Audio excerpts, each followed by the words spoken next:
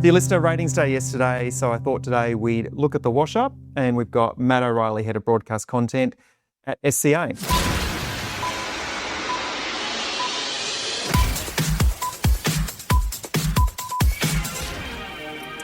Hello, Wade. Thanks for having me. Thanks, mate. How are you going with the technology there? We all sorted? Have you got everything lined up so I can record this interview properly? I hope your listeners don't have to sit through the painful process of me joining this weird video conference that you've got. Most people use Teams or WebEx, but Wade's got me on something I've never heard of. Okay, so it's a me problem, not a you problem. Is that what you're saying?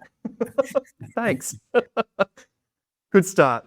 Good day for you yesterday. You'd be particularly happy with Brisbane, I guess, 1 and 2 up there. Yeah, there's a lot of things to be happy about, but I'm always happy to talk about Brisbane, where we're number 1 and 2. We'd like more markets like that. But interestingly, SCA, it's gone back and forth whether it's B105 or Triple M, has had the number 1 station in Brisbane since 2023. I do feel the market's just getting a bit tighter there in Brisbane, though. Like, having different leaders and things are bouncing around. But yeah, for us, B105, very happy with that result. Ed Kirkwood's been the content director there for about 10 months now. Has been really hands-on with everyone at the station and the breakfast show, and we're starting to see, the benefits of that. I think a 14.2 for the breakfast show. It's just a massive result, and they'd be very happy with that. And I still think the Triple M Brisbane result is...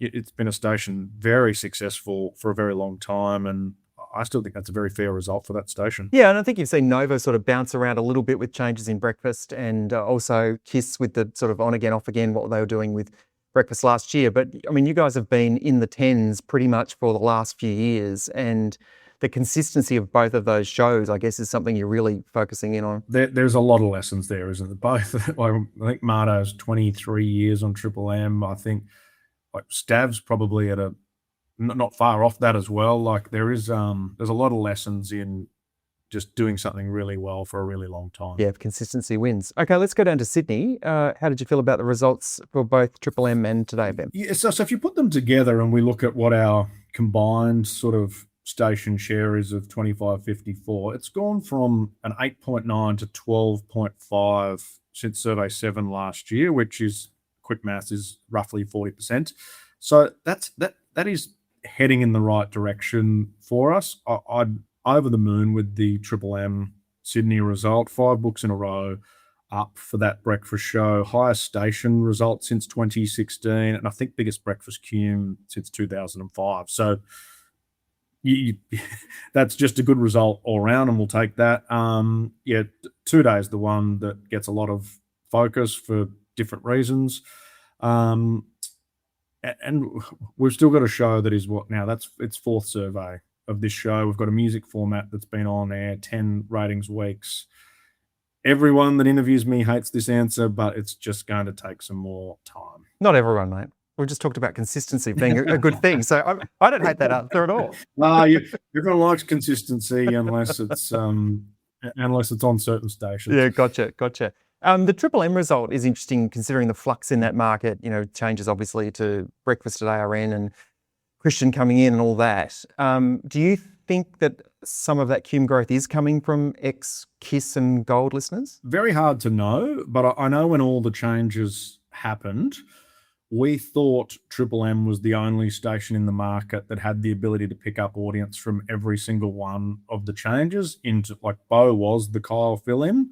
Fitzy and Whipper has a strong male lean, that there might be males there that could fall on Triple M. Same with Jonesy and Amanda. Like we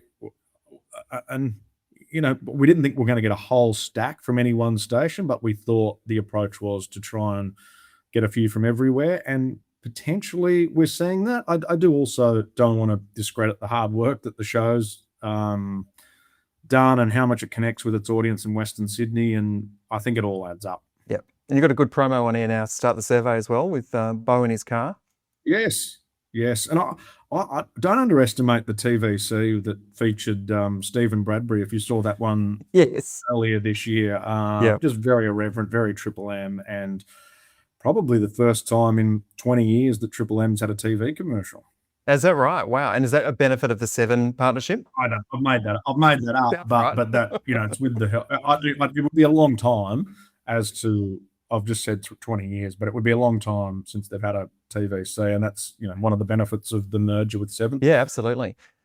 Just on Today FM then. So the breakfast show with Nathan Emmett's moving into a phase where there's some more competition, more overt tactics around rewarding people who are making the switch. So the challenge for that show in the back half of the year in your mind is what? We need the audience share to be bigger.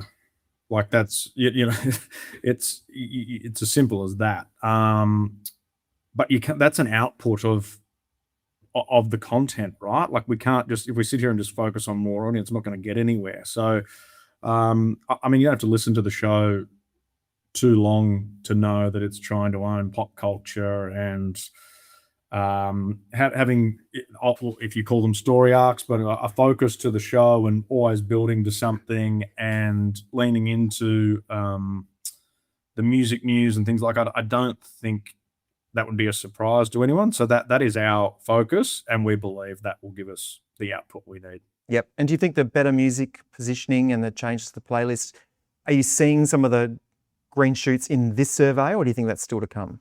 No. Right. Sadly, no. And that's just a reminder of how much time this takes, because I looked at that today. I was like, oh, I really hope that we are going to see something. But it's only 10 weeks, and it is quite a change from the previous format. But I haven't had one person, and you would think, yeah, no one's going to tell you that it's bad, but people tell me when they don't like stuff all the time. I haven't had one person give me any negative feedback about that new format. I think it sounds great. I think it's a point of difference. And I'm happy to wait for it to come through. Yeah, and I think, with all the changes in the market, again, if you're sitting on the consistency, I know it's hard to say consistency after 10 weeks, but there's familiarity to the music. So that adds to the consistency. So I think people tuning in would probably get a sense of, this is the Today FM that I kind of know versus the one where it's maybe been in the last couple of years, which was a less familiar Today FM. Now it's back to more heartland. And you can probably see, I think, maybe even from, maybe not GFK end yet, but like you say, you'll be able to sense it from the listeners and sense it from the audience if you feel like that the music you're exposing them to isn't right. But with familiar songs, it's a big variety, hot AC position you've got. It's something that's quite ownable. Yeah. I couldn't agree more with what you've said. Excellent. I think it's the first thing you've agreed on that I've said. So now let's go down to Fox, because we talk about consistency. Yes. Fifi has been on breakfast for so long, and this is their best breakfast result for Fifi, Fev and Nick in a couple of years. Correct. But what's amazing about that show is Fifi's been on so long. I shouldn't exclude Fev and Nick from this, but just your point around Fifi has been on so long and still wants to win, and so bad. Like they've just come off Fifi's One Night Only, which fell in this survey period, which I couldn't do that, Wade. Get up and sing karaoke in front of an audience for that period of time. And I don't know if you saw much. It was so well put together, and it was. It wasn't like and Nick were excluded from that event at all. Like they played a pivotal role. I thought it was really well done, and that just shows how much they want to win, how much they want to connect with the audience, and it's that passion is still there. So very pleased for them. They would be. I don't know how well you know them, but as soon as I saw that result this morning, they're 0.4 off number one. They've got their goal for the next 6-week period, and they'll be going hard after that. Yeah, absolutely. And I think too with Fifi, still a competitor and still wants to win. We know that Fev is a natural competitor, of course, and Nick too. But yeah, I think with Fifi, because there was a bit of a spotlight on her through that tactic. And as you say, the stage production featured everyone. It was the whole cast, as that show is. And I know we're going to do a deep dive on that actual story arc as well for a future episode. So we'll get into sort of the weeds on how that came together, that idea, and the end result, because it was really good. And Triple M, obviously, Mick started the 60th birthday campaign. Do I get an invite to that, by the way? I'm sure we can get you there if you want. Maybe send my people an email. It's the only way I get invited to anything these days, maybe.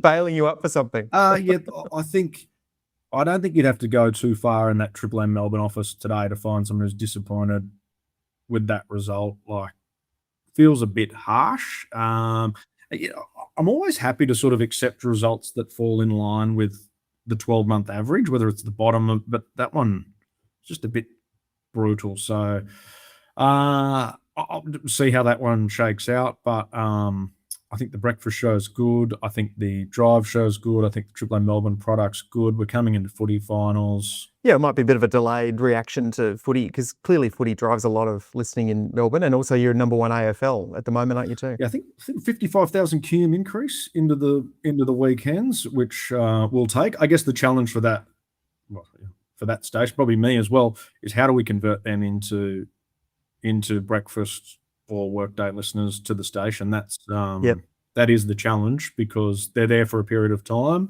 They obviously like something about what we do, so yeah, it's great to have the football and the ratings going well, but that's the next part is how do we get it onto the rest of the station? Next challenge. Well, if you want a storybook example of a great Triple M product around the country that is driving AFL, breakfast, all day parts, you can't really go past Triple M Adelaide. I mean, just when you think they've hit their top, they top it again. Yeah, and again, I don't want to discredit the hard work they've done, but it probably like the Brisbane example where we've stuck with a show. Yes, we added to it with Loz, but the boys have been there for, well, I think they had their 3,000th show recently. Just that consistency, but also to the Fifi example, they still really work hard and want to win, and they get buoyed by those great results. So that'll be good for them. But yeah, and then the workday numbers are great. The JB and Billy drive, it was actually a record drive figure for Triple M Adelaide. So I think all round, a very good result. Yeah, absolutely. SAFM, what did you take out of those numbers? So I think I reckon, I'm not saying you, Wade, but there'd be people like you who open up the GFK book today and go, oh, SAFM's gone down, breakfast has gone down. But it wasn't that long ago that shift had a 6 in front of it. And to be talking about it, was it 8.7 or 8.6 as a bad result? Yeah. if we're saying that is actually a really good spot to be in. It was number one show with females 25-54. I think it's been number one station 5 surveys in a row 25-54. All in all, heading in the right direction. You're going to get some of these bounces down. But I talked about Brisbane being a tight market. I think Adelaide is one market where every single breakfast show has gotten better in the last 12 or 18 months. Yep. It's going to be pretty competitive. Yeah, absolutely. And it's great to have the market leader, but also, yeah, you've got a sort of a pack after Triple M, haven't you, that you've got to contend with. And you've got Ben and Liam back in the market. Yep.